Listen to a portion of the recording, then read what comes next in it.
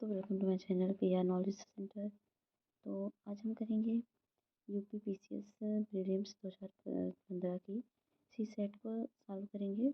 जिसके पहले हमने करवाया मतलब 2012, 13, 14 और प्रीवियस ईयर में प्रीलिम्स में GS1 का भी करवा रखा है और करवा रहे हैं। तो प्लीज़ हमारे चैनल को लाइक से सब्सक्राइब करें और प्ले लिस्ट से ज्वाइन हो जाएँ और प्ले लिस्ट में देख लीजिए जो जो सब्जेक्ट करवाए गए हैं। घटना चक्र भी करवाए गए हैं कम्प्लीटली, सबके प्ले लिस्ट मिल जाएगी आपको और साथ ही साथ टेस्ट भी चल रहा है तो टेस्ट भी एंजॉय करिए।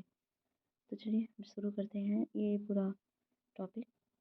तो सी सेट पढ़ना बहुत ज़रूरी है और प्रीवियस ईयर, ताकि आप मतलब पैटर्न को समझें और इसमें भी बहुत सारे क्वेश्चन रिपीटेड होते हैं जो आपको पास होने भर का मार्क्स दिलवा सकते हैं। तो चलिए स्टार्ट करते हैं। इंटरपर्सनल एंड कम्युनिकेशन स्किल का पहला क्वेश्चन है, structure of the relationship is related to the, मतलब संबंधों की संरचना संबंधित है कंट्रोलिंग से, ऑर्गेनाइजेशन से, प्लानिंग से या मोटिवेशन से। तो वो है मोटिवेशन से। किसी समूह के संबंधों की संरचना अभिप्रेरणा से संबंधित होती है ग्रुप की। अरे नेक्स्ट है, which one of the following is reason for displaying the positive personal signal of learning forward. निम्नलिखित कथनों में कारणों में से कौन आगे झुकने के धनात्मक वैयक्तिक संकेत द्वारा अभिव्यक्त किया जाता है? अत्यधिक विश्वास, चिंतन के लिए समय लेने, एकाग्रता, विश्रांति। तो ये है एकाग्रता। धनात्मक वैयक्तिक संकेत द्वारा एकाग्रता को व्यक्त किया जाता है। यह श्रोता द्वारा वक्ता की बात में रुचि एवं उसकी एकाग्रता का प्रदर्शन करता है। अगला है नृत्य, अत्यंत परिष्कृत और कलात्मक स्वरूप है। तो नॉन वर्बल कम्युनिकेशन का या वर्बल कम्युनिकेशन का या both, verbal and non verbal communication का या लैंग्वेज का। तो ये है नॉन वर्बल, इसमें आप बोलते थोड़ी ना, बस डांस करके मतलब दिखाते हैं। Which one of the following is false, interpersonal skill are developed through. निम्नलिखित में से कौन सा असत्य है? अंतर्वैयक्तिक वैयक्तिक कौशल विकसित होते हैं। तो अनुकरण या सविराम दंड, जिसे इंटरमीडिएट पनिशमेंट बोलते हैं, या आइडेंटिफिकेशन या इंटरनलाइजेशन। तो वो है इंटरमीडिएट पनिशमेंट को बोलते हैं। नेक्स्ट है, which one of the following is a receiver's weakness type of barriers to communication. निम्नलिखित में से कौन संप्रेषण में गृहीता की कमजोर प्रकार की रुकावट है? तो वो कौन सा है? एम्बिगिटी है या जॉर्गन है शब्दजाल, या फिर टाइम है, या फिर जुडिस है। वह जुडिस पूर्वग्रह। संप्रेषण की बाधाओं में पूर्वग्रह ग्रहीता की कमजोरी है, जबकि समय की बाधाएं अस्पष्ट एवं शब्दांडवल प्रेषक की कमजोरी संबंधित है। पूर्वग्रह ग्रस्त होने से ग्राहिता प्रेषक की बातों को समझ पाने में असफल रहता है। अगला है, निम्नलिखित में से कौन संकेत असौहार्दपूर्ण समझा जाता है? कौन? किसी के हाथ को अपने हाथ में लेना, घूरना, दृष्टि संपर्क, मुस्कुराना। तो है घूरना। घूरना असौहार्दपूर्ण क्रिया है। घूरने का नकारात्मक अर्थ निकलता है, जबकि किसी के हाथ को अपने हाथ में लेना विश्वास जताना, दृष्टि संपर्क ध्यान देना और मुस्कुराना प्रसन्नता को व्यक्त करता है। निम्नलिखित में से कौन अंतर्वैयक्तिक संबंधों के निर्माण में समस्या उत्पन्न कर सकता है? कौन है? साइनेस या इमोशनल मैच्योरिटी या असर्टिवनेस या एम्पैथी। पहले भी आ चुका है, तो यह है साइनेस। नेक्स्ट है, in the process of communication the first step संप्रेषण के प्रक्रम में प्रथम चरण क्या है? ये भी क्वेश्चन रिपीटेड है। वो है इनकोडिंग। संप्रेषण में पहले इनकोडिंग होता है, फिर मैसेज होता है, फिर डिकोडिंग होता है, फिर रिसीव होता है। नेक्स्ट है, communication that cut across function and level in an organisation is known as. किसी संगठन में संप्रेषण जो प्रकारों एवं स्तरों से परे पाया जाता है वह जाना जाता है ऊर्ध्वगामी संप्रेषण के रूप में, समस्तरी संप्रेषण के रूप में, या विकर्णी संप्रेषण के रूप में, या अधोगामी संप्रेषण के रूप में। तो जाना जाता है डायगोनल कम्युनिकेशन में। संगठन जो प्रकार स्तरों, जो मतलब स्तरों लेयर्स में डिवाइड रहता है। नेक्स्ट है, अंतर्वैयक्तिक कौशल के लिए आवश्यक है कि व्यक्ति को अंग्रेजी, हिंदी तथा अन्य मतलब भारतीय भाषा का ज्ञान हो, या फिर व्यक्ति को अंग्रेजी तथा हिंदी भाषाओं का ज्ञान हो, या व्यक्ति को किसी भी भाषा का ज्ञान हो, या व्यक्ति किसी भी भाषा में प्रभावशाली ढंग से संप्रेषण कर सके। ऑप्शन जाएगा D. Which one of the following is not a relevant factor in interpersonal skill? सकारात्मक विवृत्ति, सहयोगियों के अभिप्राय पर संदेह, ये सुनने की तत्परता, ये संवेगों के प्रबंधन की योग्यता। तो वो हो जाएगा सहयोगियों के अभिप्राय पर संदेह। नेक्स्ट है डिसीजन मेकिंग एबिलिटी। तो इसमें कथन का कारण दिया है, लोग और उनकी समस्याएं विलक्षण होती हैं। कारण है सक्रिय श्रवण उस व्यक्ति को जिसे सुना जा रहा है को संप्रेषित करता है। उसमें कथन कारण दोनों से ही कारण कथन की व्याख्या कर रहा है। अगला है, क्या विलासितापूर्ण होटलों को भारत में प्रतिबंधित कर देना चाहिए? तो तर्क है, हाँ, वे स्थान हैं जहाँ से अंतर्राष्ट्रीय अपराधी कार्यरत होते हैं। नहीं, अमीर विदेशी पर्यटकों के ठहरने का कोई स्थान नहीं रह जाता है। तो इसमें जो है ये केवल दूसरा प्रबल है, ये नहीं है कि हाँ ये वे स्थान है जहाँ पर अंतर्राष्ट्रीय अपराधी कार्यरत हैं। ऐसा कुछ दिया नहीं गया है। विलासितापूर्ण होटल और अवैध क्रियाकलापों के भी स्थल होते हैं, फिर भी यह नहीं कहा जा सकता कि अंतर्राष्ट्रीय अपराध की रुक जाएगा। अमीर विदेशी पर्यटकों के रहने की असुविधा जरूर होगी, जब तक ऐसे होटल बंद हो जाएंगे। तक केवल दूसरा तर्क सही है। नेक्स्ट है, यदि कथन 1, 2 सत्य हैं तो निष्कर्ष 1 तथा 2 में से कौन सा निर्गत होगा? कुछ मंत्री अध्यापक हैं, सभी अध्यापक विद्वान हैं। इसमें निष्कर्ष होगा कुछ मंत्री विद्वान हैं और सभी विद्वान अध्यापक हैं। इसका आंसर हो जाएगा केवल पहला। यहाँ पर एक चार्ट बनाएंगे, सभी मंत्री अध्यापक हैं, यहाँ पर सभी अध्यापक और सभी अध्यापक विद्वान हैं, ऐसे है। तो ऑप्शन हो जाएगा ये है ना, सभी कुछ मंत्री अध्यापक हैं, तो कुछ पहले लगाएंगे कि सभी अध्यापक विद्वान हैं। अगला है, यह द्वीप एक उपनिवेश है, किंतु यह है और अपने मूल देश से कोई आदेश नहीं प्राप्त करता। तो ये कौन सा होगा? ये डिसइंटरेस्टेड है या मेथोडिकल है या ऑटोनॉमस है या हेराटिकल है? तो वो है ऑटोनॉमस शायद। फिर है, दो मित्रों में से एक अध्ययनशील है और दूसरा मंची कलाकार भी है। दूसरे दिन उसकी परीक्षा है। इसी रात सुप्रसिद्ध नाटक हैमलेट का मंचन हो रहा है। दोनों क्या निर्णय लेंगे?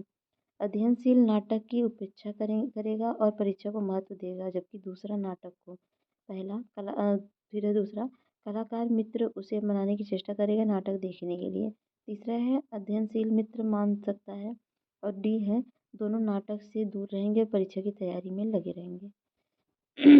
वह कौन सा कारक है जो प्रभावी समस्या समाधान में बाधक है? वह प्रकार्यात्मक बद्धता, प्रयत्न एवं भूल, ध्यान भंग एवं परिमिति से कोई नहीं। तो ये होगा प्रकार्यात्मक बाध्यता, फंक्शनल फिक्सडनेशन। इसमें प्रभावी समस्या समाधान में बाधक है। नेक्स्ट है लॉजिकल एंड एनालिटिकल एबिलिटी। निम्नलिखित में से कौन थ्योरी चढ़ाने के नकारात्मक संकेत के उत्सर्जन कारण है? तो यह है बोर्डन मतलब उबना, इम्पेशंस अधीरता, डिसबिलीफ और या फिर एनोयंस झंझलाहट। ये तो ऑप्शन डी होगा। थ्योरी चढ़ाने का नकारात्मक संकेत किसी व्यक्ति को पसंद न करना अर्थात झुंझलाना होता है।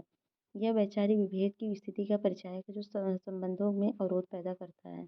नेक्स्ट है, अधोलिखित चार संख्या के 4 युग्म में से एक संबंध भिन्न युग्म है, कौन सा है? तो वो है डी। यहाँ पर देखेंगे 4 63 है। तो अगर हम 4 का क्यूब करके एक माइनस करेंगे 63 आ जाएगा, और एक एक में से माइनस करेंगे तो 0 आएगा। और 5 का क्यूब करेंगे 125 होगा, उसमें से एक माइनस करेंगे मतलब 24 आएगा, 124। और अगर 2 का हम क्यूब कर दें तो 2 दूनी 4 दूनी 8 हो जाएगा। 8 में से माइनस करेंगे 7 आएगा, तो 9 दिया है तो गलत है। अगला है, निम्नलिखित में से 3 एक प्रकार के हैं और एक उनसे भिन्न सर्वथा भिन्न को ज्ञात कीजिए। Home, city, town, village. तो इसमें भिन्न है होम, क्योंकि एक तो बड़ी आबादी को शो कर रहा है, तो घर को केवल शो कर रहा है। नेक्स्ट है, क्या भारत में स्कूली शिक्षा को निःशुल्क कर देना चाहिए? तर्क है, हाँ, साक्षरता के स्तर को सुधारने का यही एकमात्र उपाय है। नहीं, आर्थिक ढांचे पर पहले से ही भारी बोझ है और अधिक बढ़ जाएगा। इसमें से कौन सा सही है? इसमें सही होगा आर्गुमेंट केवल दूसरा, मतलब हाँ, साक्षरता के स्तर को सुधारने का यही एकमात्र उपाय है। तो यही एकमात्र उपाय है, ऐसा कुछ नहीं लिखा गया। नेक्स्ट है, अधोलिखित शब्दों में तार्किक एवं सार्थक अनुक्रम व्यवस्थित कीजिए। तो इसमें होगा कंट्री, फर्नीचर, जंगल और लकड़ी वृक्ष। इसमें पहले होगा देश होगा, और देश में फॉरेस्ट होगा, फॉरेस्ट में ट्री हो, लकड़ी होगा, लकड़ी से वुड होगा, वुड से फर्नीचर होगा। नेक्स्ट है, जब कोई निष्कर्ष प्रायः अव्यक्त या व्यक्त रूप से एक संभाव्यता कथन के रूप में अभिव्यक्त किया जाता है तो ये संदर्भित करता है, ये इंडक्टिव रीजनिंग को संदर्भित करता है। जब कोई निष्कर्ष प्रायः अव्यक्त या व्यक्त रूप में से संभाव्यता कथन के रूप में अभिव्यक्त किया जाता है तो उसको क्या बोलते हैं? Inductive reasoning. विषम शब्द का चयन कीजिए। लुहार, निहाई, बढ़ई, आरी, नाई, कैंची, सुनार, आभूषण। तो सुनार आभूषण नहीं होगा। लुहार, बढ़ई, नाई के औजार क्रमशः निहाई, आरी और कैंची है, जबकि सुनार का औजार आभूषण नहीं बल्कि उसके द्वारा बनाया गया उत्पाद है। निम्नलिखित प्रश्न में 4 कथन दिए गए हैं, प्रत्येक कथन में 3 खंड हैं। उस विकल्प का चुनाव कीजिए जिसमें कथन का तीसरा खंड पूर्वगामी दोनों कथनों में से किंतु केवल एक से नहीं निगमित किया जा सकता। तो यहाँ है, सोनिया अभिनेत्री है, कुछ अभिनेत्रियाँ सुंदर और सोनिया सुंदर है। सभी अभिनेता सुंदर हैं और मनोज अभिनेता नहीं है और मनोज सुंदर नहीं है। तो इसमें है, कुछ व्यक्ति सिपाही हैं, कुछ व्यक्ति बहादुर हैं, कुछ बहादुर लोग सिपाही हैं। और डी है, सभी सिपाही बहादुर हैं, कुछ व्यक्ति सिपाही, कुछ व्यक्ति बहादुर है। तो इसमें डी और सी सही है। मतलब डी और सी, डी और केवल डी होगा, सॉरी केवल डी होगा, ऑप्शन ए मतलब डी। तो यहाँ पर देख सकते हैं ये बनाया गया है सिपाही बहादुर व्यक्ति, तो ये स्पष्ट नहीं है। अगला है, इस कक्षा के अधिकांश छात्र बुद्धिमान हैं। उक्त कथन में निर्गत होने वाली विकल्प को निम्नांकित से चुनिए। कोई भी ऐसा छात्र नहीं है जो बुद्धिमान ना हो। क्या दिया है? इस कक्षा में अधिकांश छात्र विद्वान हैं। कोई भी ऐसा छात्र नहीं है जो बुद्धिमान है, वो गलत है। और कुछ ऐसे छात्र हैं जो कम बुद्धिमान है, ऐसा भी नहीं है। और सभी छात्र बुद्धिमान है, ये ऐसा नहीं है। और कुछ छात्र बुद्धिमान है, ये है। नेक्स्ट है, दिए गए 5 कथनों में से 3 में से जो युक्ति निकलती है उसका तार्किक क्रम निर्दिष्ट कीजिए। तो यातायात सकुलता पर्यावरण कार्बन मोनोऑक्साइड बढ़ाती है। यातायात सकुलता स्वास्थ्य के लिए खतरनाक है। और कुछ यातायात सकुलता कार्बन मोनोऑक्साइड में वृद्धि नहीं करती है। कार्बन मोनोऑक्साइड में वृद्धि स्वास्थ्य के लिए खतरनाक है। कुछ यातायात सकुलता स्वास्थ्य के लिए खतरनाक है। तो इसमें डी ए बी होगा। पहले होगा कार्बन मोनोऑक्साइड में वृद्धि स्वास्थ्य के लिए खतरनाक है। फिर यातायात सकुलता पर्यावरण में कार्बन मोनोऑक्साइड बढ़ाती है। यातायात सकुलता स्वास्थ्य के लिए खतरनाक है। प्रश्नगत युक्ति का तार्किक क्रम इस प्रकार होगा, कार्बन मोनोऑक्साइड में वृद्धि स्वास्थ्य के लिए खतरनाक है। यातायात सकुलता पर्यावरण में कार्बन मोनोऑक्साइड बढ़ाती है। यातायात सकुलता स्वास्थ्य के लिए खतरनाक है। निम्नलिखित अक्षरों में से कौन सा जी और क्यू के बिल्कुल मध्य है? तो जी और क्यू के केवल मध्य है। तो यहाँ पर जी से क्यू तक लिखने के बाद बीच का देखेंगे तो मध्य में आएगा यल। ठीक है। इंग्लैंड को अगर 1 2 3 4 5 2 6 में तथा फ्रांस को इसमें इतने में लिखेंगे तो लिखते हैं, तो ग्रीस को कैसे लिखेंगे? तो यहाँ सबका कर लेंगे 1 2 3 4 5। और फिर यहाँ फ्रांस का भी है, फ्रांस का भी दिया गया है ऐसे। फिर ग्रीस का निकालेंगे इसमें से 3 आर का 8 ऐसे करके निकाल लेंगे तो ये आंसर हो जाएगा ई 38 11 91। नेक्स्ट है, निम्नलिखित में प्रश्न चिन्ह के स्थान पर उपयुक्त शब्द रखिए। निर्दयी, दयालु, निष्क्रियता का क्या होगा? निष्क्रियता का सजगता हो जाएगा। राधा सुनीता से कम आयु की है किंतु रीता से बड़ी है। रीता गीता से ज्येष्ठ है। श्याम रीता से ज्येष्ठ है किंतु राधा से कम आयु का है। सबसे कम आयु का कौन हो जाएगा? तो यहाँ पर दिया है सुनीता, राधा, रीता, गीता और राधा, श्यामा, रीता। तो समीकरण दोनों को मिला देंगे तो ये ऑप्शन हो जाएगा गीता सबसे कम आयु की है। आप उत्तर की ओर 1 किलोमीटर जाते हैं तो यहाँ पर 1 किलोमीटर उत्तर की तरफ गया। फिर जाकर दाएं तरफ 1 किलोमीटर चलते हैं। फिर बाएं चले जाते हैं। फिर बाएं से 1 किलोमीटर चले जाते हैं। अंत में 2 किलोमीटर आ जाते हैं।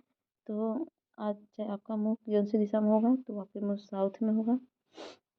अगला है, कमला का परिचय देते हुए महेश ने कहा, इसके पिता मेरे पिता के एकमात्र पुत्र है। महेश का कमला से क्या संबंध है? तो कमला ने किससे कहा? कमला ने परिचय देते हुए महेश से कहा। महेश से क्या कहा?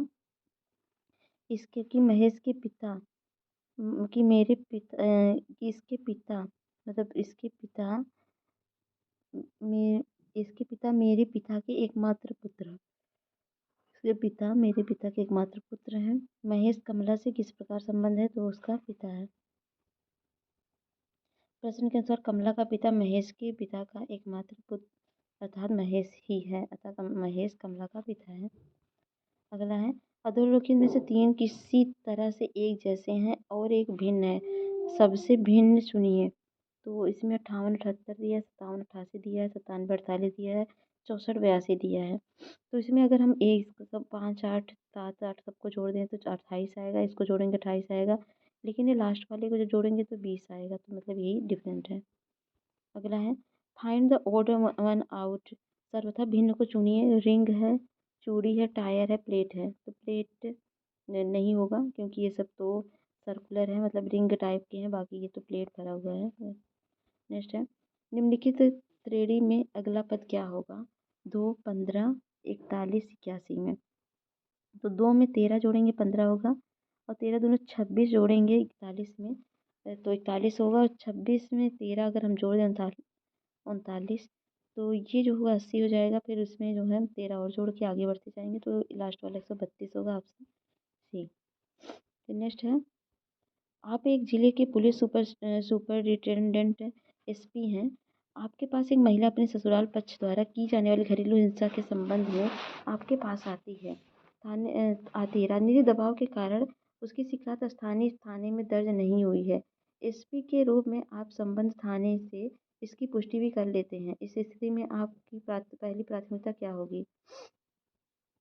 तो महिला आयोग के पास जाने को कहेंगे, क्योंकि महिला को राष्ट्रीय महिला आयोग के पास जाने को कहेंगे क्योंकि शिकायत दर्ज कराना कठिन है। उसको शारीरिक चोट की चिकित्सा रिपोर्ट लाने को कहेंगे। ससुराल पक्ष को बुलाएंगे और उनसे कहेंगे कि महिला को चोट ना पहुंचाएं। या डी होगा थाने के अधिकारी को कहेंगे कि चिकित्सा परीक्षण के उपरांत उसका केस दर्ज करें। तो ऑप्शन जाएगा डी। अगला है यहाँ पर निम्नलिखित में प्रश्नवाचक चिन्ह के स्थान पर कौन सा होगा? 1 2 3 4 5 1 2 3 4 4 4 4 7 6 होगा। तो यहाँ पर देखेंगे ऑप्शन इसका डी होगा 5। कैसे होगा देखते हैं। तो यहाँ पर पहले एक है, फिर एक है, फिर इस एक में प्लस करा गया है, फिर 2 है, फिर 4 हो गया है, फिर 3 है, 3 हो गया है, 1 2 3। ये पहले देखो 1 4 यहाँ पर हुआ, इसमें 3 जोड़ा गया है, फिर 2 से 2 में 4 हो गया है, फिर 3 1 4 हो गया है। फिर ऊपर से देखेंगे 4 में कितना जोड़ेंगे हम? 4 में फिर 3 जोड़ेंगे तो ये हो जाएगा 7। फिर 4 में 2 जोड़ेंगे 6 हो जाएगा, और 4 में 1 जोड़ेंगे 5 हो जाएगा। तो मतलब एक तरफ जोड़ा गया है, एक तरफ घटाया गया है, तो ऑप्शन हो जाएगा 5। अगला है B F J N R V Z H L. इसमें से इन प्रश्न के स्थान पर कौन सा स्थान होगा, कौन सा अक्षर होगा? तो हो जाएगा पी। कैसे होगा देख सकते हैं। तो सब में 4, बी में 4 जोड़ेंगे एफ आएगा, एफ में 4 जोड़ेंगे इतना आएगा, तो लास्ट वाला ये पी आएगा। तो यहाँ पर दिया है अगर ए बराबर भाग का चिन्ह है, तो बी बराबर प्लस का चिन्ह है, तो सी बराबर माइनस का चिन्ह है, डी बराबर एक्स का है। तो निम्नलिखित में से कौन सा सही है? इसमें जो हो जाएगा विकल्प डी हो जाएगा। यहाँ पर देख सकते हैं 108 सी माइनस है तो माइनस 72 कर देंगे, बराबर 78 माइनस 42 कर देंगे, तो इसमें 36 का बराबर 36 का रेशियो आएगा। ठीक है। और नेक्स्ट है आकृति में त्रिभुजों की संख्या है, तो त्रिभुजों की संख्या कितनी है? सॉरी।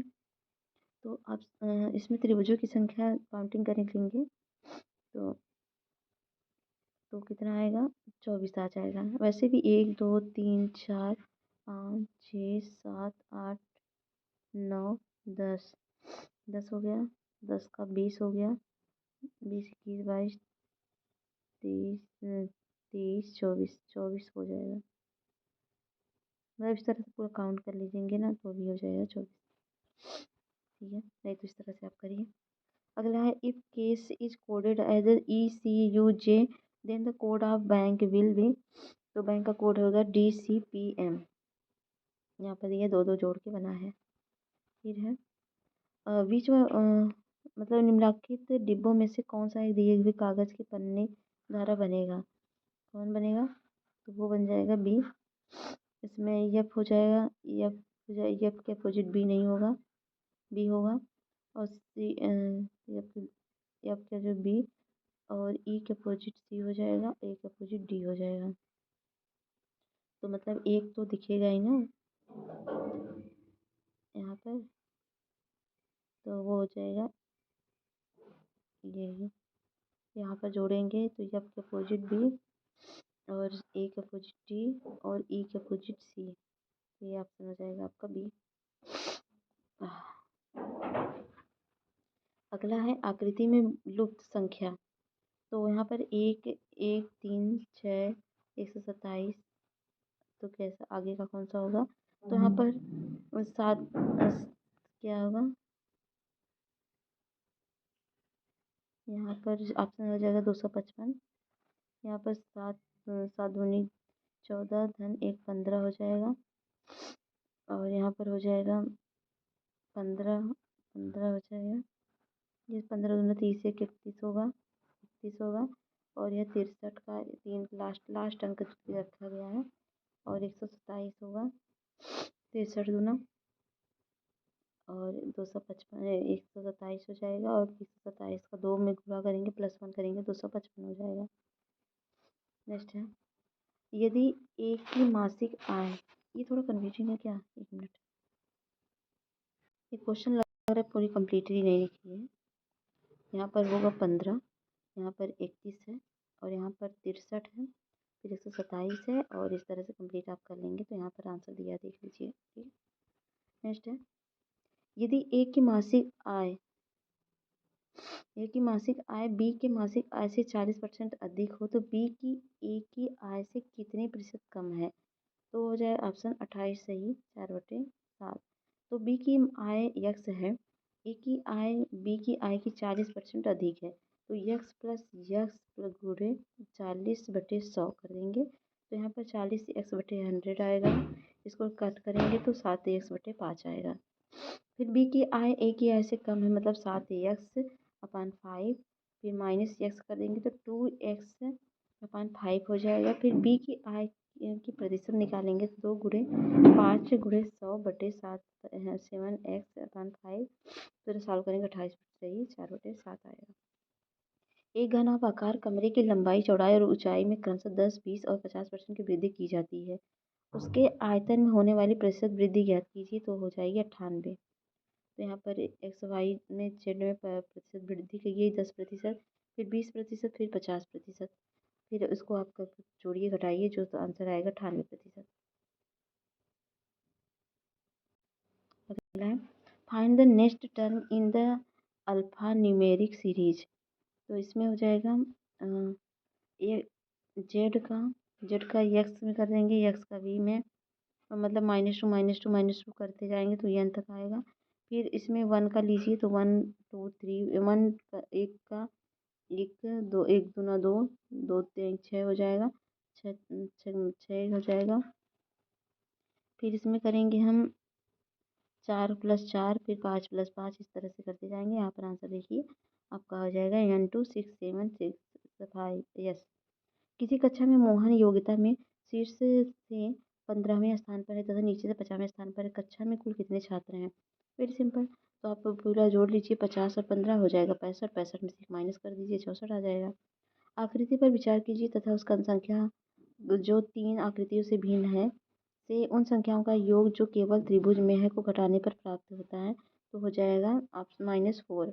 तो 3 त्रिभुजों की संख्या 4 है, 4 है, केवल त्रिभुज में संख्याओं का योग है 5 3 8 ना, 5 3 8 है। तो 4 में से 8 करेंगे तो -8 आ जाएगा।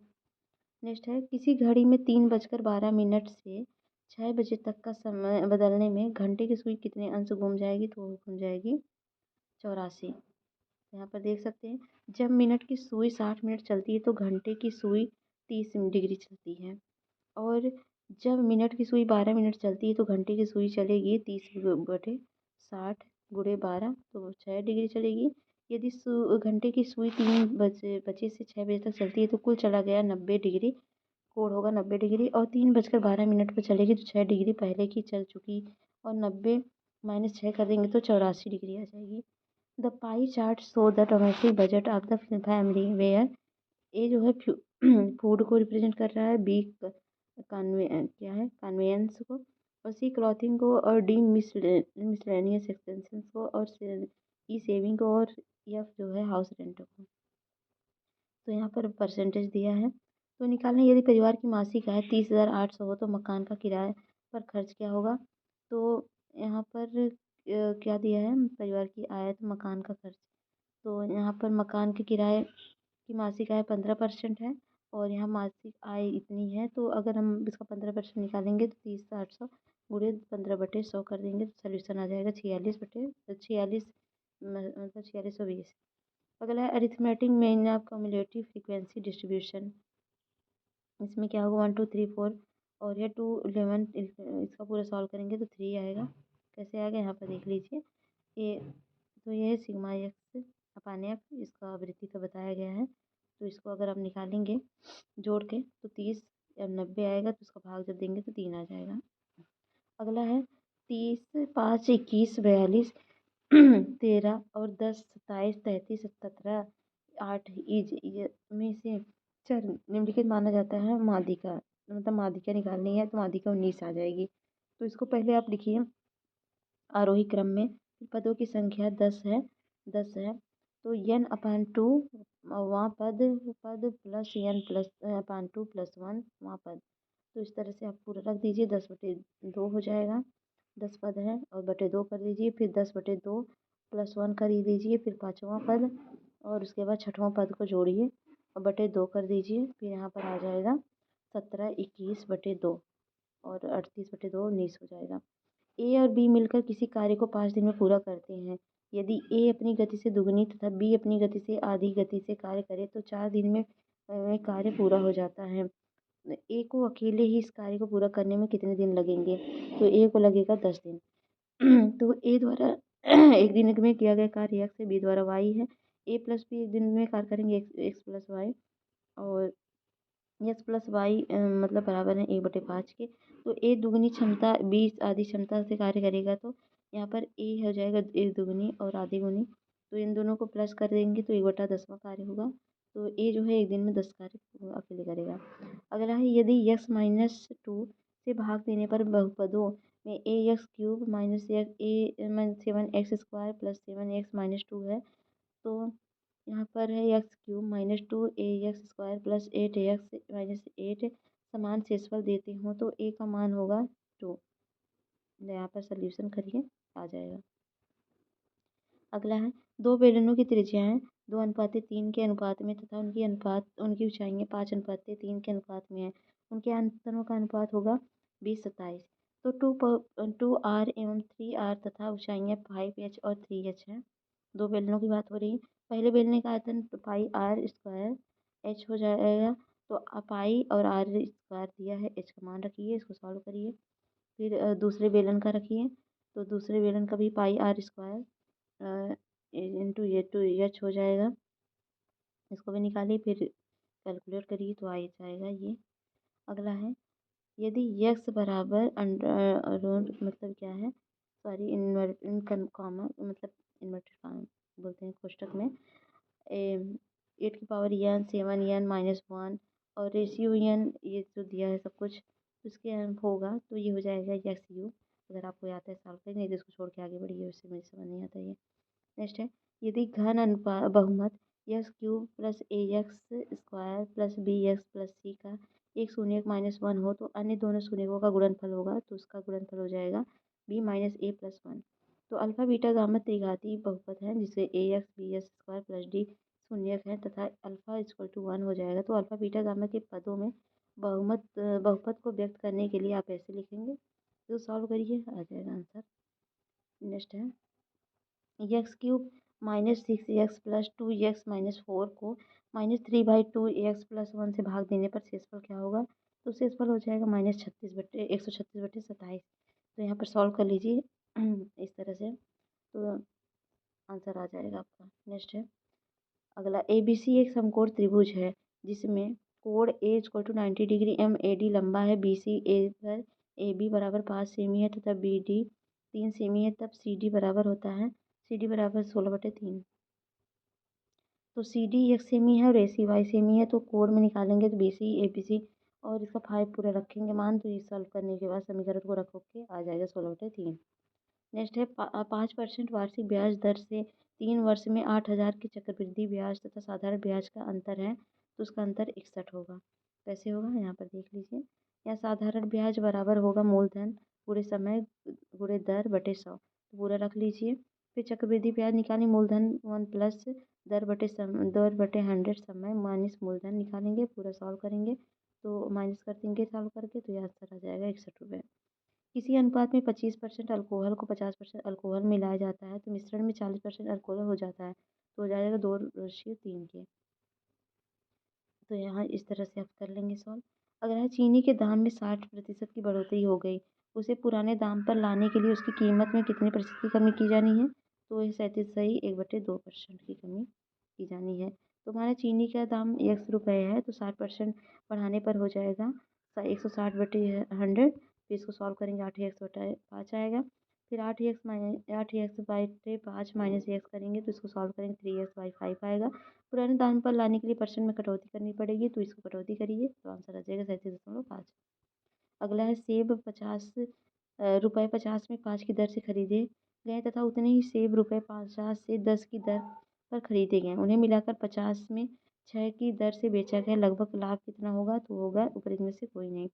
माना 50 सेब में 5 की दर से 30 सेब खरीदे, तो 50 में 10 की दर से 30 सेब खरीदे, कुल सेब 60 खरीदे और 60 सेब को क्रय मूल्य होगा 50 × 30/5 धन 50 × 30/10, इस 50 × 6 हो जाएगा धन 50 × 3 हो जाएगा, तो इस सॉल्व करने पे आपका आएगा 100/9।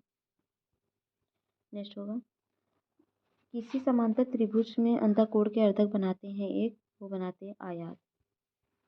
यहाँ पर देख लीजिए।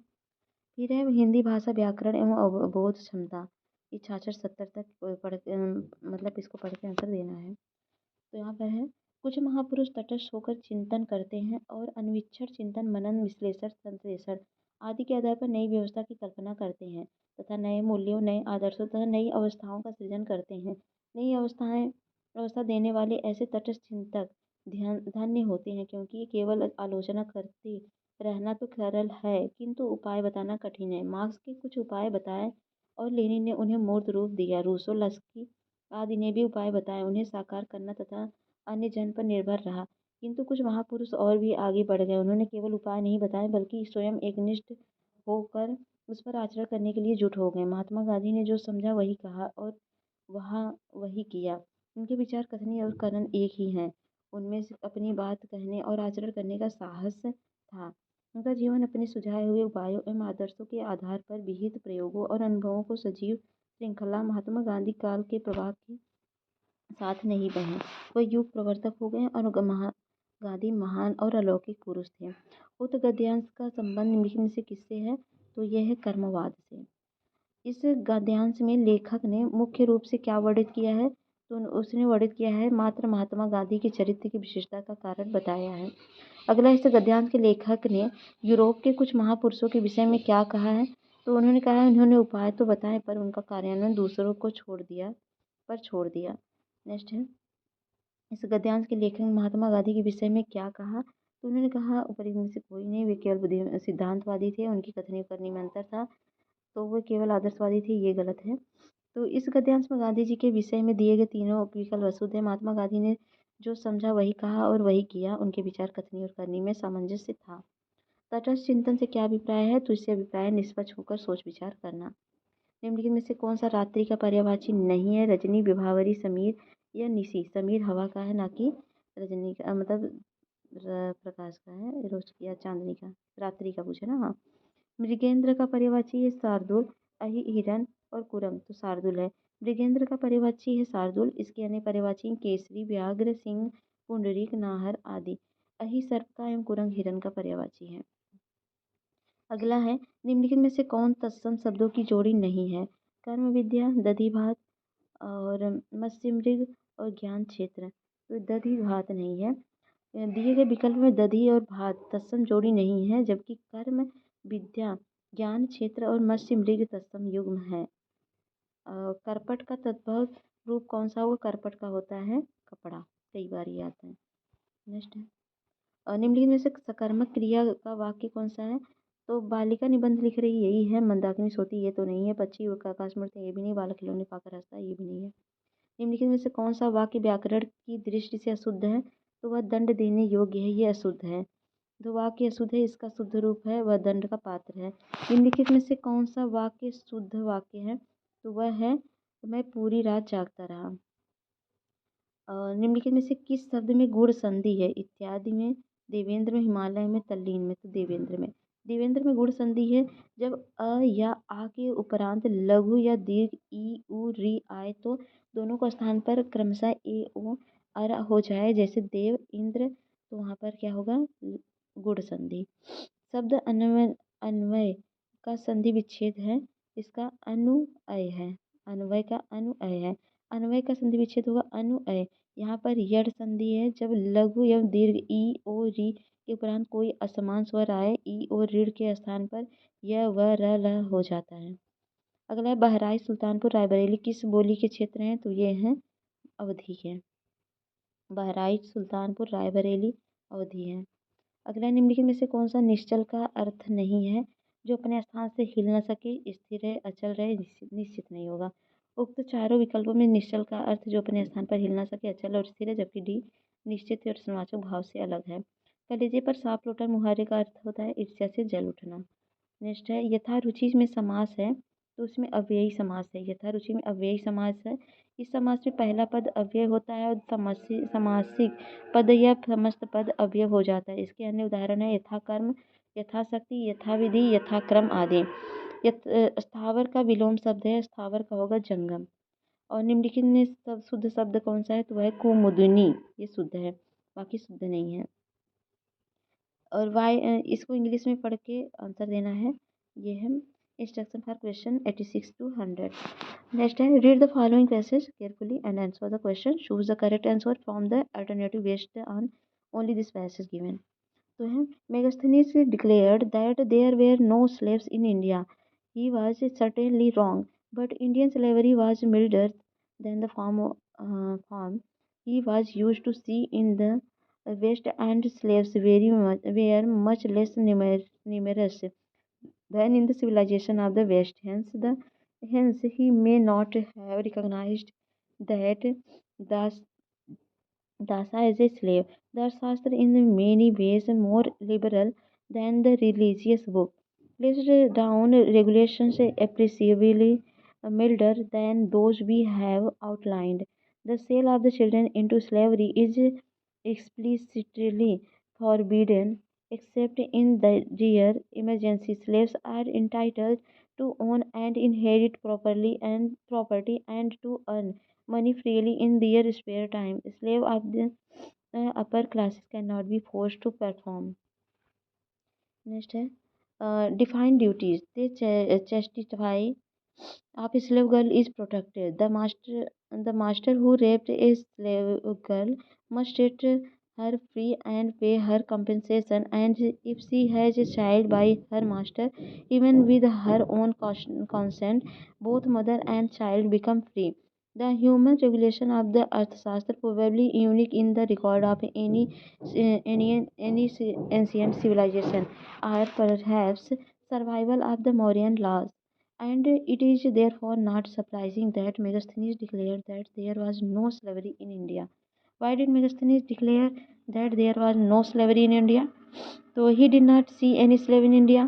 Indian slavery was not cruel. That's why Megasthenes declared that there was no slavery in India because Indian slavery was milder than the form of the used to see in the West.